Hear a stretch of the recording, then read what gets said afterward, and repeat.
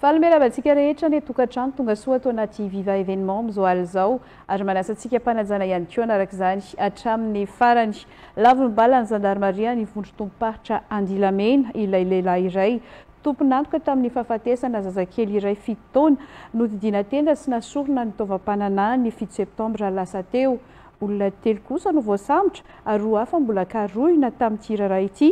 Raha ny fantatra dia natao sorona ho takalona Vatsoa teny Ambohibe, distrikina Andilamena ity zazalahy kely ity. Rojo Christelle Rakotomalala no mitondra ny andindiny momzay.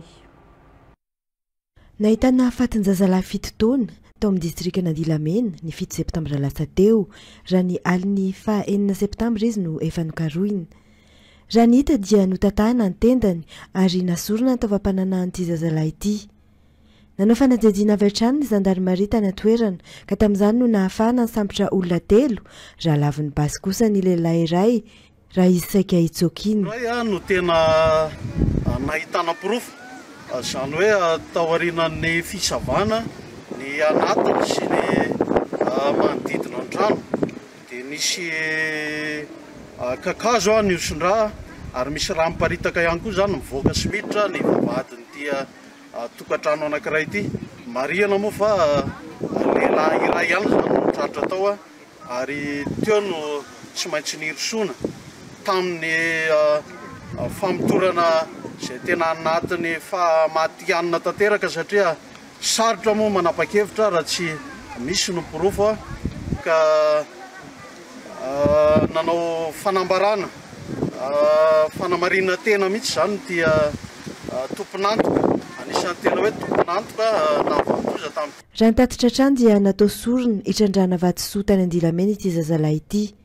Teny Ambohibe izay tendrombohitra fanompoana sy fanasinana ody amin'ny fokontany Ambatolampy distrikina Andilamena no nantanterahana izany. Nanambaran'izay no antony nampahatonga anazy nitarika anay tamin'ny toerana nametrahany an'io zavatra io. Hita tao moa zany le zavatra rehetrarehetra, misy mpanatitra eo misy hita misy lio avy nanaovana fombafomba ary nandritra ny fitsiriana zany zavatra rehetra zany.